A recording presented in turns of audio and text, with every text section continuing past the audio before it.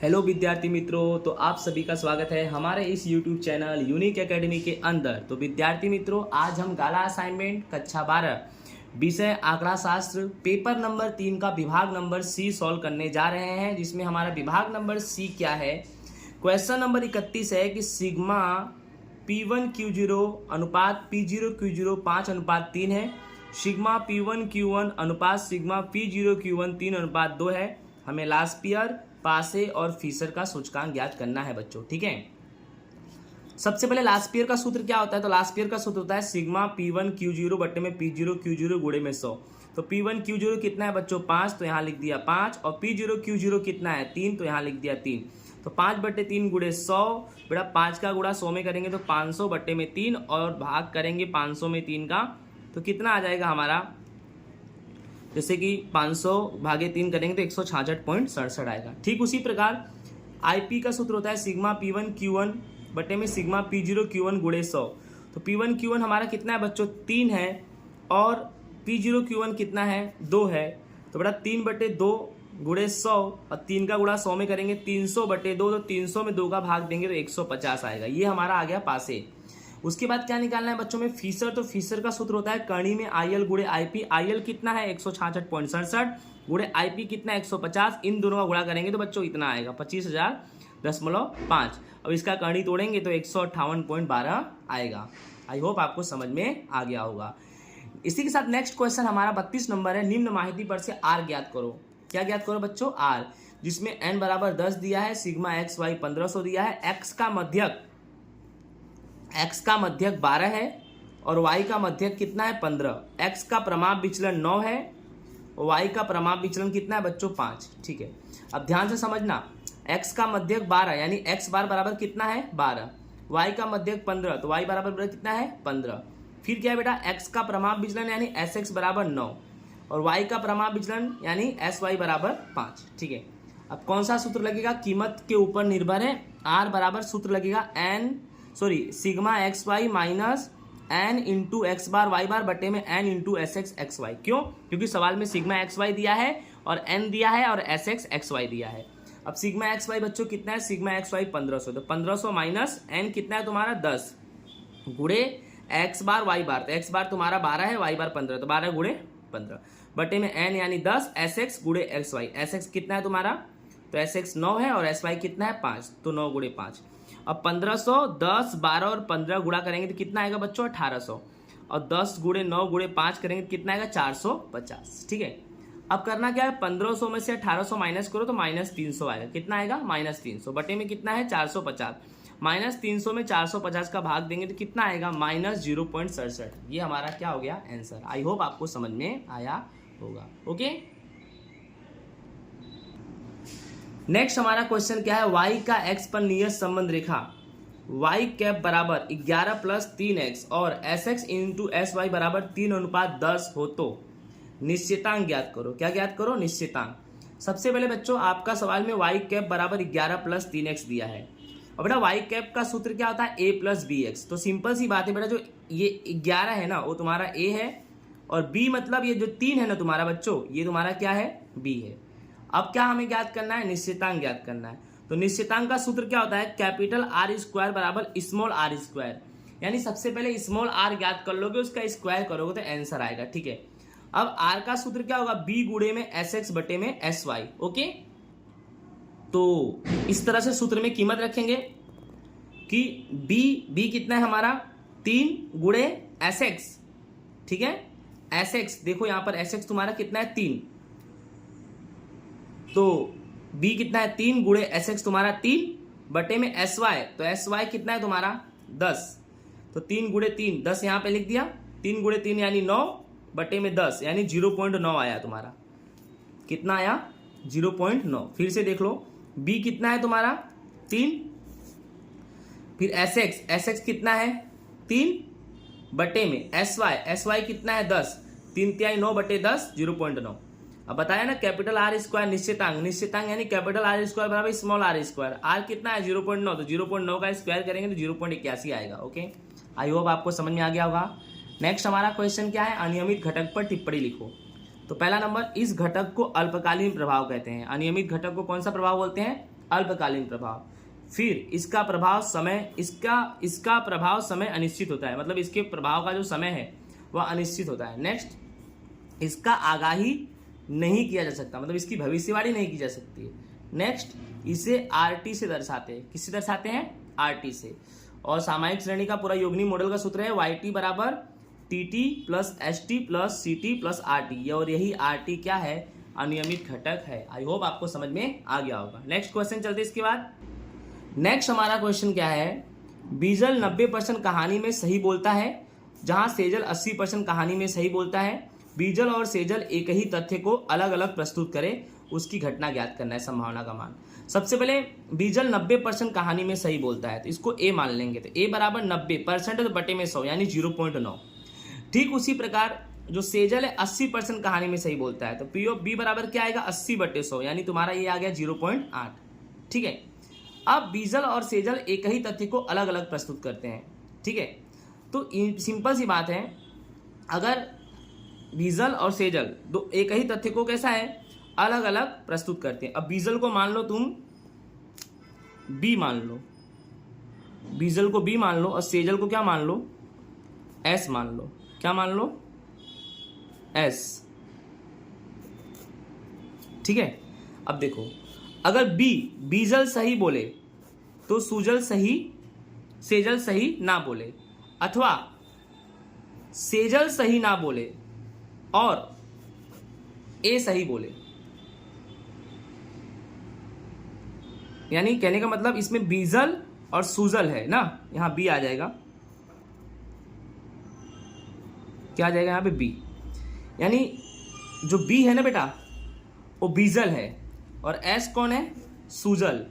यहां पर S सूजल और B कौन है? बीजल।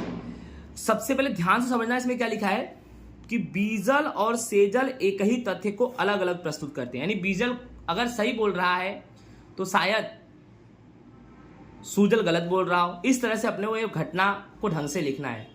तो B यानी बीजल सही बोले और S यानी सूजल सही ना बोले। अब देखो B सही बोल रहा है तो यहां नीचे क्या लिख देने का? S सही ना बोले। और यहां पर S सही नहीं बोल रहा है तो यहां लिख देने का B सही बोले। उल्टा, यहां B तो यहां S, यहां S तो यहां B। यहां लगा है और यहां लगा है और बीच में क्या है? अथवा। तो ध्यान से समझना पहला वाला लाइन, B सही बोले और S सही ना बोले। ओके, तो ध्यान से समझना क्या बोला है? B सही बोले और S सही ना बोले। तो B को तुमने क्या माना है? घटना A, और सूजल को क्या माना है? घटना B। तो B सही बोले और S सही ना बोले, यानी A सही बोल रहा है और B सही नहीं बोल रहा है घटना के अनुसार। तो जो सही नहीं बोल रहा है उसे क्या माना? B। तो A इंटरसेक्शन B डैश लगा देंगे। फिर अथवा यानी प्लस। अब S सूजल सही बोले, सूजल को क्या माना है? B। और बीजल सही ना बोले, इसको क्या माना है? A। अब कौन सही नहीं बोल रहा है? A सही नहीं बोल रहा है। तो देखो प्लस के बाद A पूरक इंटरसेक्शन B, यानी जो सही ना बोले उसके ऊपर डैश लगा देने का। क्या लगा देने का? डैश। अब आपके सामने B डैश और A डैश आया, तो सबसे पहले हम B डैश और A डैश ज्ञात करेंगे। A डैश कैसे ज्ञात करेंगे? P ऑफ A डैश बराबर 1 माइनस P ऑफ A। तो एक में से एक घटा दो 0.9, तो 0.1 आया। और P ऑफ B डैश बराबर 1 माइनस P ऑफ B, तो 1 माइनस और P ऑफ B कितना है? 0.8 घटा दो 0.2 आया। अंडरस्टूड। अब आगे देखते हैं। P ऑफ A कितना है तुम्हारा? 0.9, और B डैश कितना निकला तुम्हारा? 0.2 निकला। ठीक है। प्लस A डैश कितना है? 0.1, और P ऑफ B कितना है हमारा? 0.8। 0.9 में 0.2 जोड़ो तो 0.18, प्लस 0.1 में 0.8 जोड़ो तो 0.26 आया। कितना है? 0.26। ये तुम्हारा क्या हो गया बच्चों? आंसर। नेक्स्ट हमारा क्वेश्चन है, बर्नौली प्रयत्नों के गुणधर्म बताओ। अब बर्नौली प्रयत्न के गुणधर्म कैसे होंगे? देखो, इसमें सफलता की संभावना अचल रहती है। बर्नौली प्रयत्न में सफलता की संभावना कैसी रहती है? अचल। दूसरा, यह एक निरपेक्ष माप है। बोलो, बर्नौली प्रयत्न कौन सा माप है?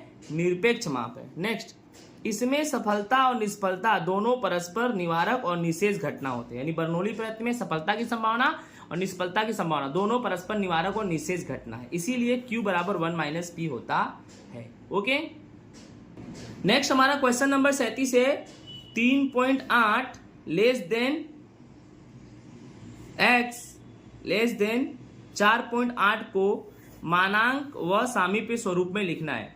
तो सिंपल सी बात है बच्चों, अगर मानांक और सामीप्य दोनों स्वरूप में लिखना है तो ये जो तुम्हारा सवाल है ये कौन सा स्वरूप का है, सवाल कौन से स्वरूप में है, सवाल अंतराल स्वरूप में है, और लिखना कौन से है, मानांक और सामीप्य। तो सबसे पहले याद रखना अंतराल स्वरूप क्या होता है, a minus delta a plus delta. तो पहले a माइनस डेल्टा ये कितना है 3.8, फिर a प्लस डेल्टा ये कितना है, यानी ये a माइनस डेल्टा है और ये a प्लस डेल्टा है। a minus delta 3.8, a plus delta 4.8, delta से डेल्टा कट गया, a और a कितना हो गया 2a हो गया, और 4.8 में 3.8 जोड़ेंगे तो 8.6, तो a बराबर 8.6 बटे में 2, तो a बराबर कितना हो गया 4.3 हो गया, कितना हो गया 4.3। अब 4.3 को किसी में भी रख दो, a minus delta a plus delta किसी में, a प्लस डेल्टा बराबर 4.8 है तो a की जगह पे कितना रख दो 4.3 और प्लस डेल्टा बराबर 4.8, डेल्टा को कॉमन ले लिया, 4.8 में से 4.3 घटा देंगे तो डेल्टा बराबर कितना आएगा 0.5। ठीक है, अब इसको लिखते हैं, a मिल गया 4.3 और डेल्टा मिल गया 0.5। मानांक स्वरूप, तो मानांक में x minus a less than delta, तो x a की जगह पे कितना लिख दिया 4.3 और डेल्टा की जगह कितना लिख दिया 0.5 हो गया। अब सामीप्य स्वरूप क्या होता है, n कोष्टक में a डेल्टा, तो n a की जगह पे 4.3 और डेल्टा की जगह पे कितना लिख दो 0.5, पत गया भाई। ठीक है, नेक्स्ट हमारा क्वेश्चन है लीम x माइनस 2 x की घात 7 प्लस 128 बटे में x प्लस 2 की कीमत ज्ञात करो।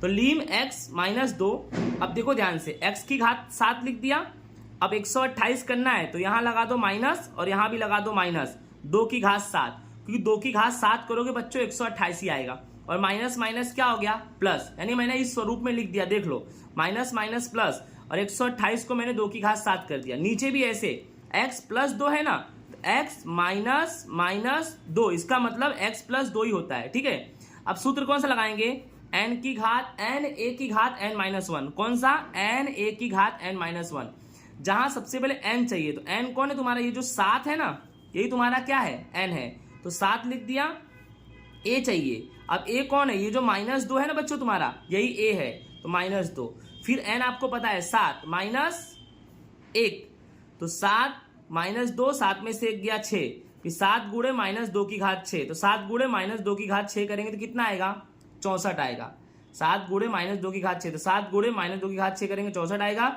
64 में 7 का गुणा करेंगे तो कितना आएगा 448 रुपए आएगा। ये हमारा क्या हो गया आंसर। ओके, लास्ट क्वेश्चन बच्चों हमारा क्या है, शक्कर के एक कारखाने का उत्पादन खर्च C बराबर x² plus 10 plus 5x plus 200 है, जहां उत्पादन 100 इकाई हो तो सीमांत खर्च ज्ञात करो।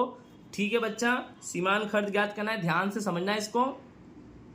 सबसे पहले उत्पादन खर्च C बराबर आपके सवाल में दिया है, C बराबर क्या है x² 10 प्लस 5x प्लस 200, और सीमांत खर्च ज्ञात करना है। सीमांत खर्च का सूत्र होता है dc बाई dx, dc बटे में dx, तो d बटे में dx, और जो यहाँ पर c है, c कितना दिया है x² बटे में 10 प्लस 5x प्लस 200।